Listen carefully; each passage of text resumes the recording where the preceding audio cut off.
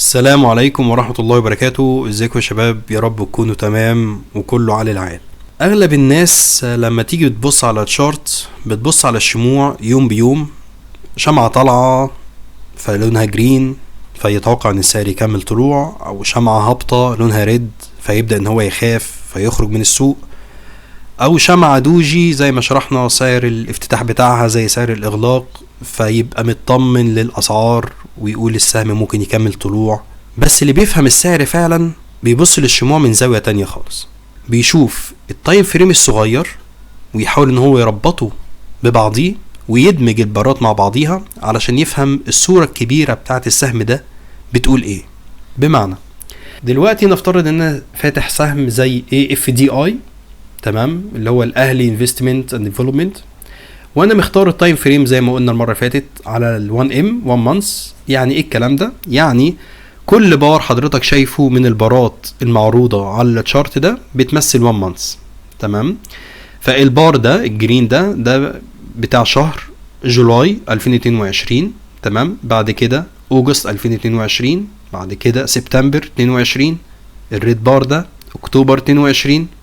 شوف البار الكبير الجرين ده بتاع نوفمبر 23. نشوف البار الريد الكبير ده برضو مارس 2024.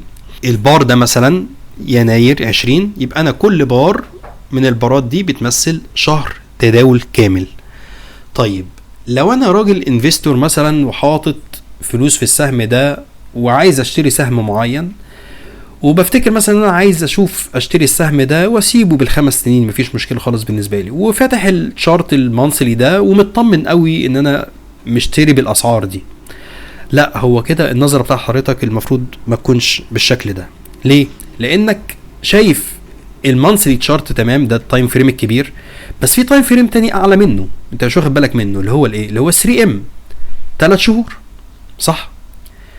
لو انا اعرض الشارت بتاعي على مدار 3 شهور فهلاقي شكل الاسهم السهم طبعا اختلف تماما، تمام. لو عرضته على 6 شهور فهلاقي برضو الشكل اختلف. لو عرضته على السنة شكل السهم اختلف، تمام. فهل المكان اللي انا بشتري فيه ده على المنص هل هو مناسب فعلا للشراء، ولا انا شايف الاسعار كده في مستوى سعري عالي جدا وما ينفعش ان انا اشتري بالاسعار دي؟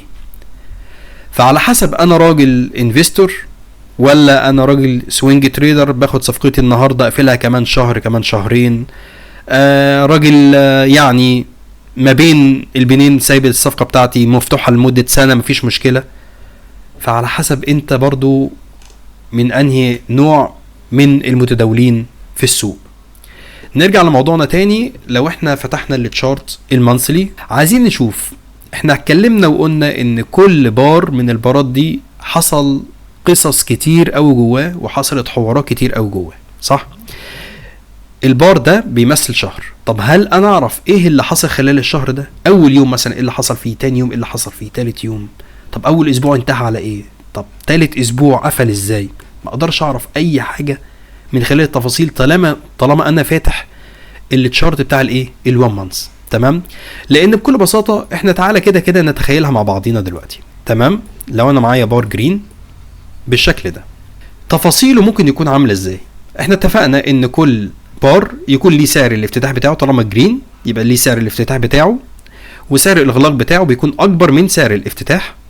ممكن يكون ليه ديل علوي، صح، بنسميه الابر تيل، ويكون ده الهاي اعلى سعر وصل له البار ده. وممكن يكون ليه ديل سفلي تيل بار اللور تيل، ويكون ده جاب لي اللو بتاع البار اللي هو اقل سعر وصل له البار. وقلنا ان البار ده ممكن اشوفه باي تايم فريم انا عايزه، ممكن يكون الساعه، الاسبوع، الشهر، السنه، على حسب انا عايز اشوف البار ده كان شكله عامل ازاي، او الحركه السعريه بتاعه السهم ده خلال الفتره الزمنيه اللي انا محددها دي اخبارها ايه، تمام.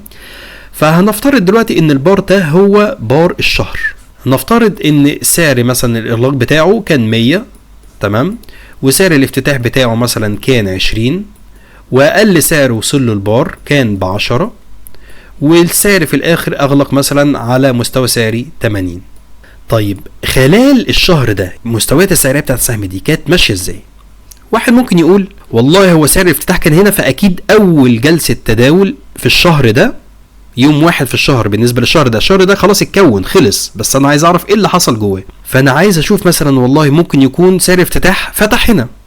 هل ممكن اقول سعر افتتاح فتح هنا في اي مكان في البار؟ لا، مفيش غير سعر افتتاح واحد هو المستوى السعري ده بتاع سعر الافتتاح بتاع الشهر. فاكيد اول يوم في الشهر هو ده كان سعر الافتتاح بتاعه كان هنا. تمام. طيب يا ترى جلسة التداول مشيت ازاي؟ هل طلعت ولا نزلت ولا فضلت في مكانها؟ ما انا ما اعرفش لان انا فاتح الشارت الشهري.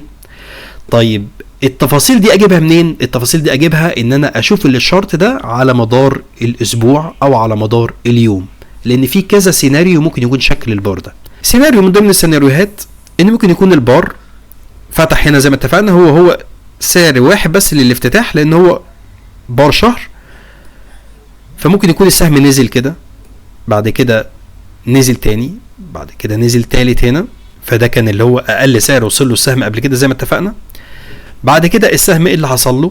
بعد كده السهم طلع كده، طلع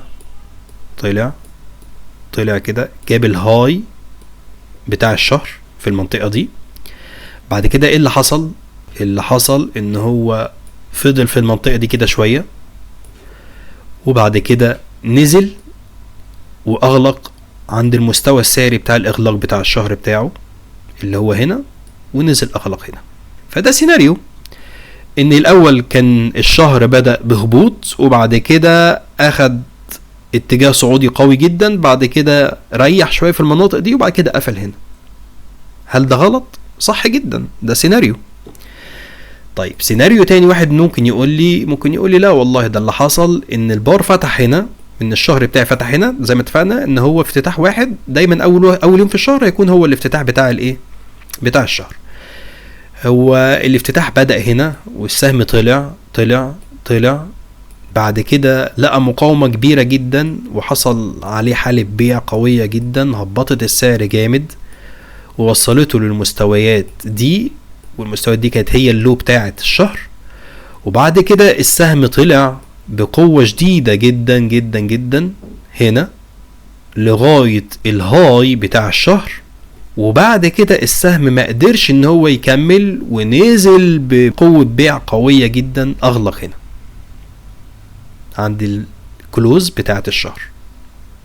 هل ده غلط؟ ده صح جدا برضه، ده سيناريو محترم جدا مفيش اي حاجة ولا في اي مشكلة فيه. طيب نشوف سيناريو تالت. واحد يقول ان حصل فيه سهم فتح هنا تمام، وما كانش بيتحرك خالص غير حركات ضعيفة جدا صعودا وهبوطا، وبعد كده السهم نزل جامد بريد بار فجاب لي اللو بتاعة الشهر، وبعد كده طلع بشمعة قوية جدا جدا جدا جدا بالمنظر ده، جابت لي الهاي بتاعة الشهر في المنطقة السعرية دي تمام. وبعد كده السهم قعد ينزل يريح كده هبوط لغاية ما وصل للسعر الإغلاق بتاع الشهر. فأنا كده معايا سيناريو واحد، ومعايا سيناريو التاني، ومعايا السيناريو التالت. في الحقيقة طبعا اللي حصل أنا مش هقدر أتوقع سيناريوهات تمام، ولكن أنا أقدر أدخل على التايم فريم الأقل منه الأسبوعي أو اليومي وأعرف إيه اللي كان بيحصل في البار ده. إحنا دلوقتي فاتحين التايم فريم الشهري وعايزين نشوف الشهر ده نوفمبر 23 إيه اللي حصل فيه تمام. بس خلينا إن إحنا نسجل حاجات معينة. النوفمبر 23 ده زي ما اتفقنا إن الديتيلز بتاعت البار بنقدر نجيبها من هنا تمام. اللو بتاعي عند 1700 والهاي بتاعي على 35.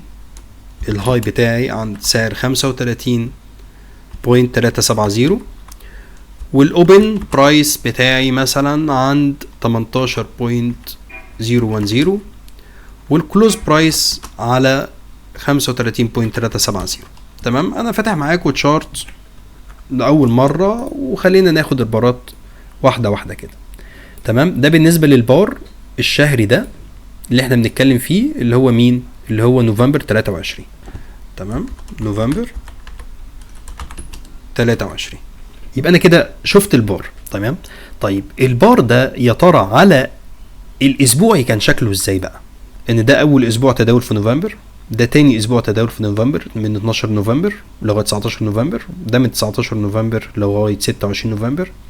26 نوفمبر السعر قفل هنا. نشوفه على اليومي كان عامل ازاي، لو عايزين نشوف الشهر ده خلال ايام كان عامل ازاي.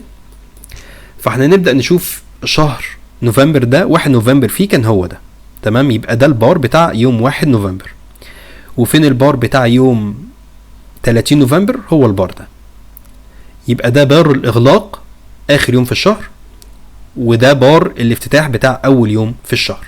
خلينا نعلم عليهم كده. اول يوم في الشهر اهو لو 1 نوفمبر، واخر يوم في الشهر اللي هو يوم 30 نوفمبر. ونعمل بوكس كده بتاع الافتتاح والاغلاق. اول يوم كان ريد بار، فسعر الافتتاح بتاعه اوبننج برايس بتاعي. وفين الكلوزنج برايس بتاعي اللي هو اخر يوم في الشهر؟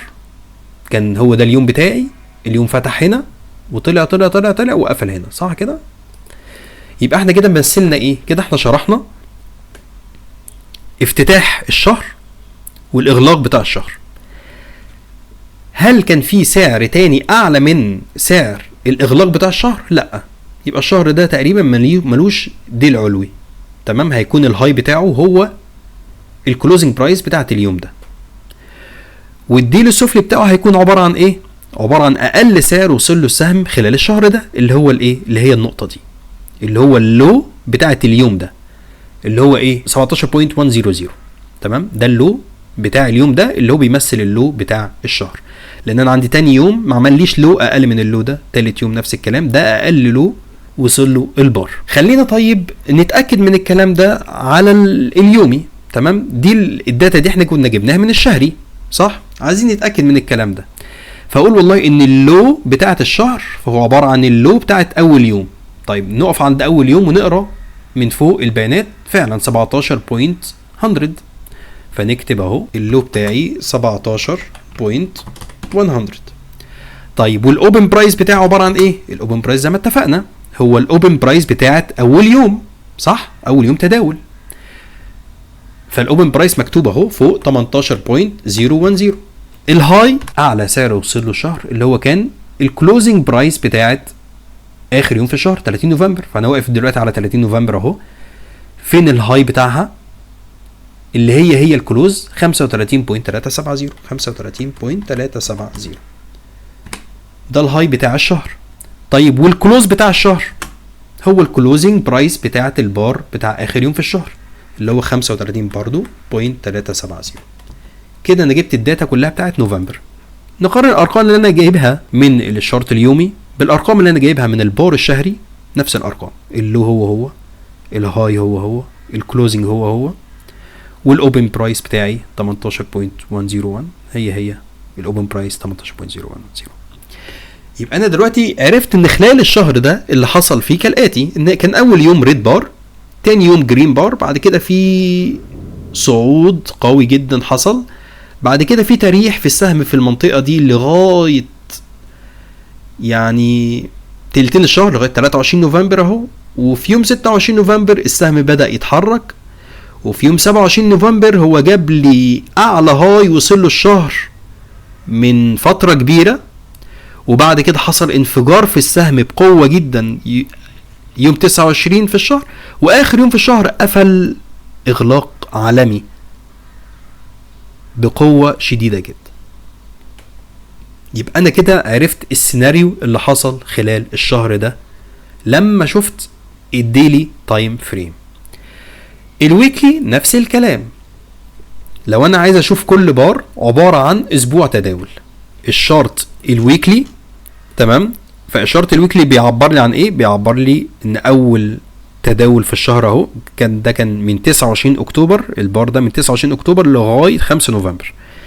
بعد كده اللي حصل من 5 نوفمبر السهم طلع بالقوة دي، وبعد كده من يوم 12 نوفمبر السهم بدأ يتحرك في المستويات السعرية دي، افتتح هنا، اغلق هنا، نزل للمستويات دي وكان جايب المستويات دي، وفي الاخر اغلق هنا. بعد كده من 19 نوفمبر ده اللي حصل فيه، ومن يوم 26 نوفمبر السهم اتحرك بالقوه اللي احنا شايفينها دي لغايه ما اغلق في نهايه الشهر. تمام. ما اقدرش اعرف ايه اللي حصل في الاسبوع ده وانا فاتح التايم فريم الاسبوعي ده. التايم فريم الاسبوعي ده القوه الكبيره اللي حصلت دي ما اقدرش اعرف ايه اللي حصل فيها الا لما انزل للتايم فريم اللي تحتيه واشوف ايه اللي حصل جواه.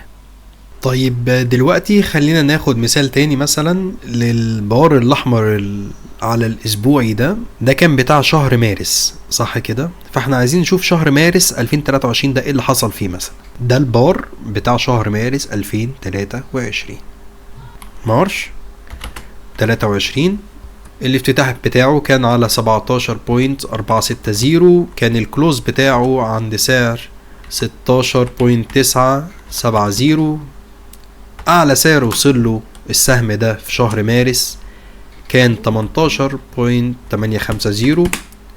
واقل سعر وصل له السهم ده في الشهر ده كان 11.330. تمام. ده اللي حصل في شهر مارس. خلينا نعلم على البار كده عشان نبقى سهل ان احنا نجيبه.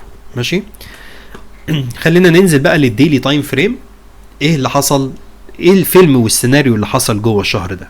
ده شهر مارس اهو، يوم 1 مارس بادئ هنا، ونشوف نهاية الشهر بادي يوم 30 مارس نهاية الشهر. تمام. ونبدأ نعمل زومين كده علشان نبدأ نرسم الايه البوكس بتاعنا اهو. فين سعر الافتتاح بتاعه؟ سعر الافتتاح بتاع الشهر هو اول يوم تداول اللي هو 1 مارس. اول يوم تداول فين سعر الافتتاح بتاعه؟ اهو ده الاوبننج برايس. انا مش عارف ان هي كانت شمعة جرين، يعني اليوم ده انا معرفش في الحقيقة هو بدأ ازاي، فتضطر انك تنزل لل5 دقايق علشان تعرف، والدقيقة علشان تعرف كمان اول دقيقة في الشهر ده في يوم 1 مارس ايه اللي حصل فيها. فاهم قصدي؟ فهنفترض ان اليوم بتاع 1 مارس ده خلاص خلص، فكون لي اول يوم، لان انا فاتح دلوقتي التايم فريم الداي، فانا يوم 1 مارس خلاص خلص عندي، فانا عرفت ان في سعر الافتتاح بتاعه كان هنا،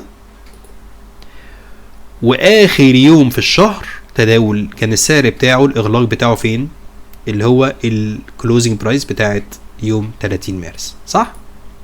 يبقى ده كان اعلى سعر وصل له السهم عند الليفل ده في اليوم ده اللي هو بتاع يوم 6 مارس، واقل سعر وصل له السهم في الشهر ده كان هنا اللي هو كان عند يوم 16 مارس. يبقى 16 مارس هو اليوم اللي جاب لي اقل لو في الشهر. كل الديتيلز دي انا ما اقدرش اجيبها ابدا لو انا فتحت الشارت الاسبوعي او الشهري او 3 شهور او 6 شهور. الديتيلز دي بقدر اجيبها على التايم فريمز الاقل منه، صح كده؟ واعلى سعر وصل له قلنا في اليوم 6 مارس. يبقى ده الافتتاح بتاعي، نقدر لو عايزين نرسمها يبقى ده الافتتاح بتاعي هنا، صح؟ وفين الاغلاق بتاعي؟ هنا.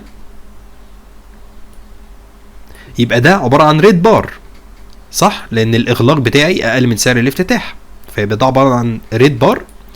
ويبقى ده كان اعلى سعر عندي وده اقل سعر عندي، فيبقى ده عبارة عن عندي تيل كده وفي عندي هنا تيل برضو. يبقى ده كده الابر تيل وده اللي هو اللور تيل، وده سعر الافتتاح بتاعي الاوبن وده سعر الكلوزنج برايس بتاعي. علشان نجيب الكلام ده ان ديتيلز بالارقام، فانا هشوف الاوبننج برايس بتاعي لاول يوم تداول. الاوبن برايس عبارة عن ايه؟ 17.460. هو فعلا اوبن برايس اهو 17.460. اقل سعر وصل له السهم هو اللو بتاع اليوم ده، فانا واقف عند اليوم ده عشان اقرا كلمه اللو بس بتاعته اللي هي كام؟ 11.330. الهاي بتاعنا كان سجل في اليوم بتاع 6 مارس، فنقف عند 6 مارس ونقرا الهاي بتاعه اللي هو كام؟ اللي هو 18.850 فعلا في الشهري 18.850. والكلوزنج برايس بتاعي اللي هو الكلوزنج برايس بتاع اخر يوم تداول هو بتاع 30 مارس، فانا واقف عند 30 مارس هشوف الكلوزنج برايس بتاعي اللي هو كام؟ 16.970.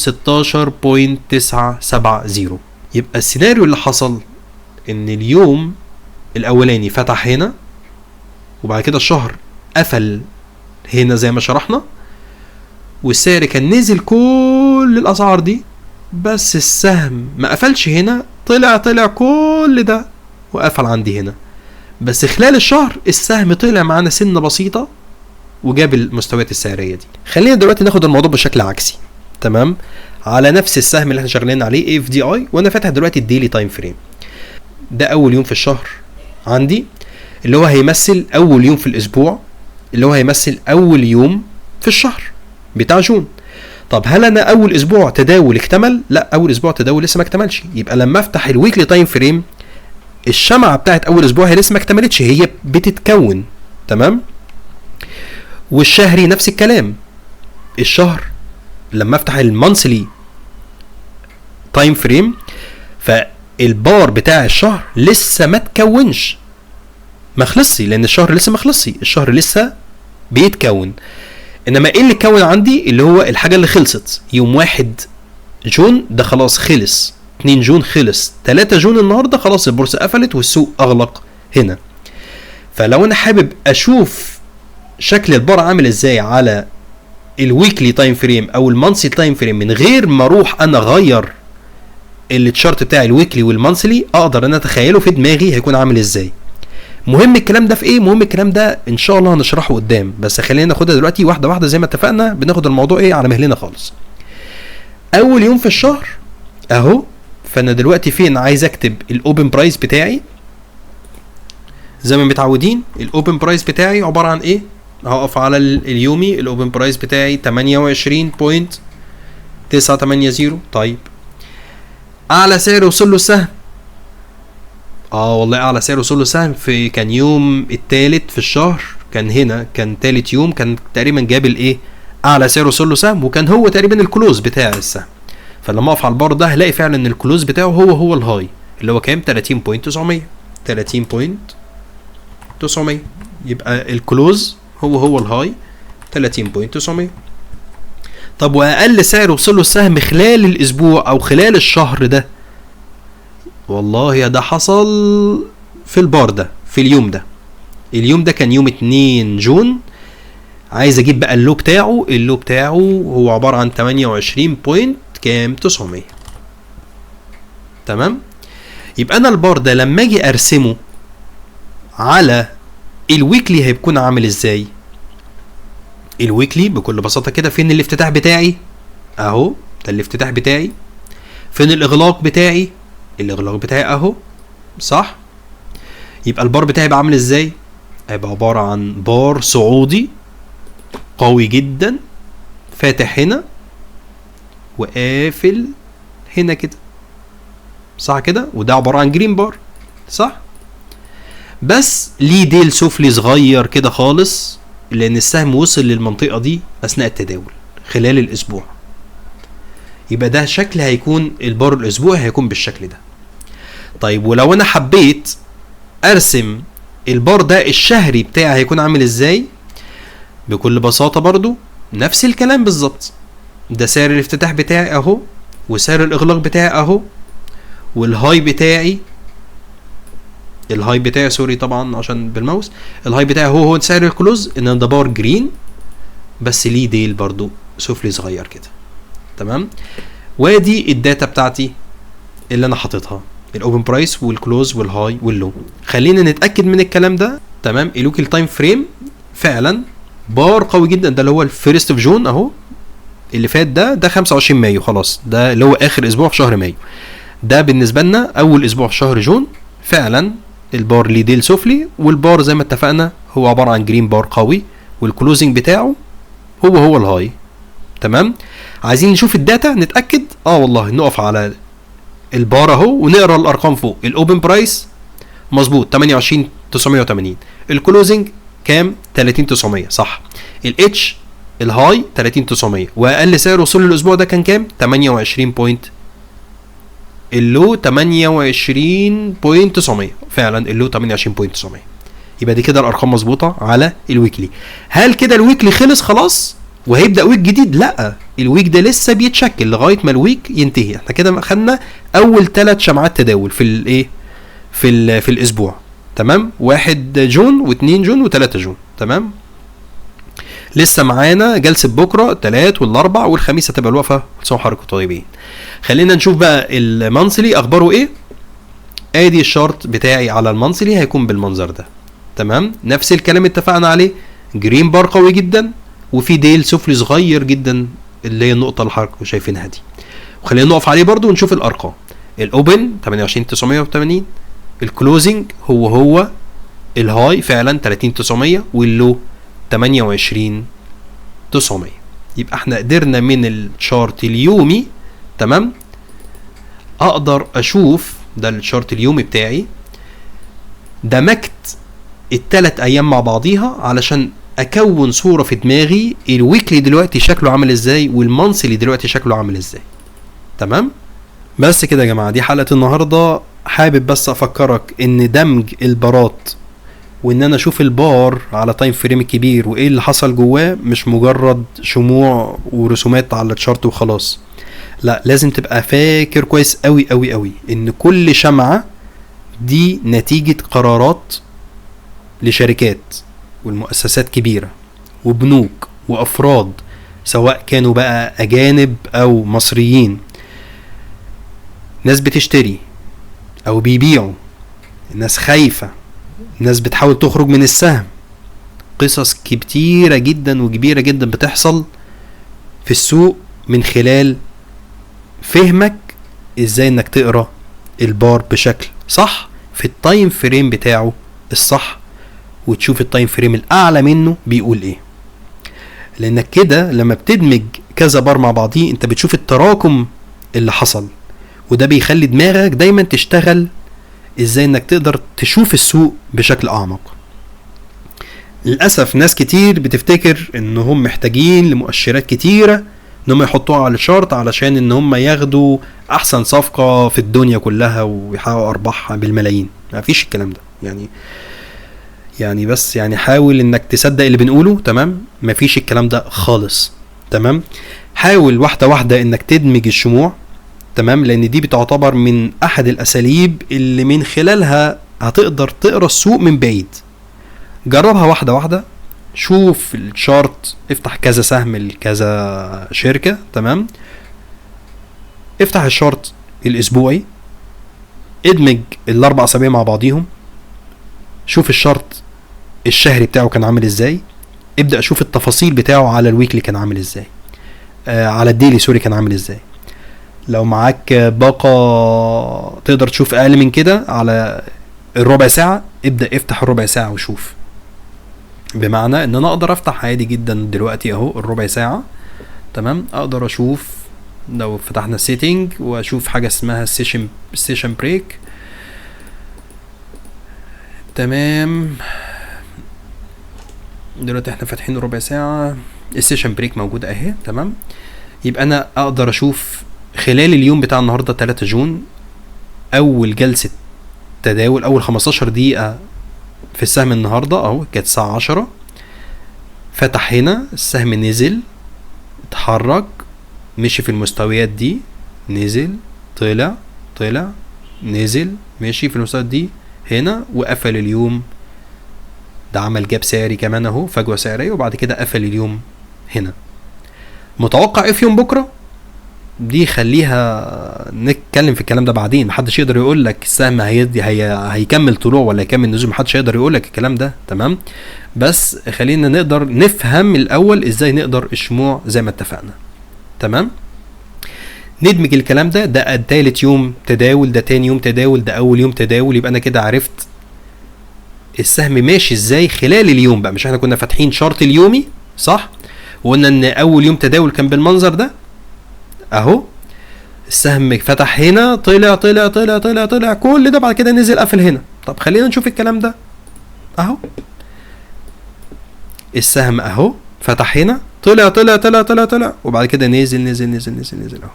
تمام. فابدأ شوف التايم فريم الكبير، وابدأ انزل التايم فريمات الصغيرة وشوف ايه اللي حصل في الفترة دي. بس كده يا جماعة، دي كانت حلقة النهاردة من سلسلة سوق على مهلك. لو عجبتك دوس لايك، اكتب لي في الكومنتات لو قدرت انك تدمج البارات مع بعضيها وقدرت تفهم الدنيا بشكل ولو بنسبة 2-5% حتى.